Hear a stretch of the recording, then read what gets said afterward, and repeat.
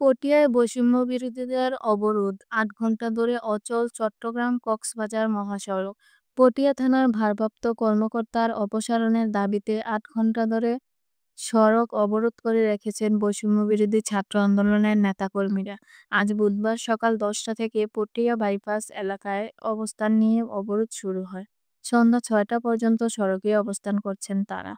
ঘটনাস্থলে সেনাবাহিনী ও র্যাবের সদস্যরাও রয়েছেন।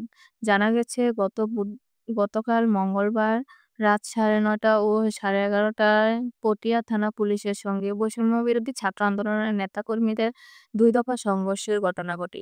এতে ১৯ জন আহত হয়েছেন বলে দাবি করেছেন উভয় পক্ষ। তবে নেতাকর্মীদের দাবি, পুলিশ তাদের উপর হামলা চালায়। পুলিশ বলছে, নেতাকর্মীরা মব সৃষ্টি করেছিল। এর প্রতিবাদে আজ পটিয়া থানা ঘেরাওয়ের ডাক দেয় সংগঠনটি। আজ সকাল ৯টা থেকে থানা ঘেরাও শুরু করেন তারা। পরে খন্ড খন্ড মিছিলে এসে চট্টগ্রাম-কক্সবাজার মহাসড়ক অবরোধ করেন। সেখানে স্লোগান দিয়ে পটিয়া থানার ভারপ্রাপ্ত কর্মকর্তা আবু জাহেদ মোহাম্মদ নাজমুল নূরের অপসারণ দাবি করেন তারা। অবরোধের কারণে ভোগান্তিতে পড়েন পথচারী ও যাত্রীরা। সরেজমিনে দেখা যায়, যান চলাচল করতে না পারায় অনেকেই হেঁটে গন্তব্যে যাচ্ছে। বিকাল ৪টার দিকে আব্দুর রহমান নামের এক বাসচালক জানান, বেলা ১১টা থেকে আটকে আছেন। পণ্য নিয়ে চট্টগ্রাম থেকে কক্সবাজার যাচ্ছিলেন তিনি।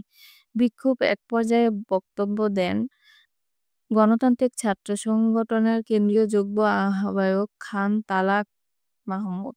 তিনি বলেন, ওসি জায়েদ নূরের অপসারণ না হলে তারা সড়ক ছাড়বে না। শুরুতে ১২ ঘণ্টা আলটিমেটাম দিলেও পরে তিনি অপসারণের আগ পর্যন্ত তারা সরবেন না বলে ঘোষণা দেন। সওজের মতে, এই মহাসড়ক দিয়ে প্রতিদিন ১৫ থেকে ১৮,০০০ ছোট-বড় গাড়ি চলাচল করে।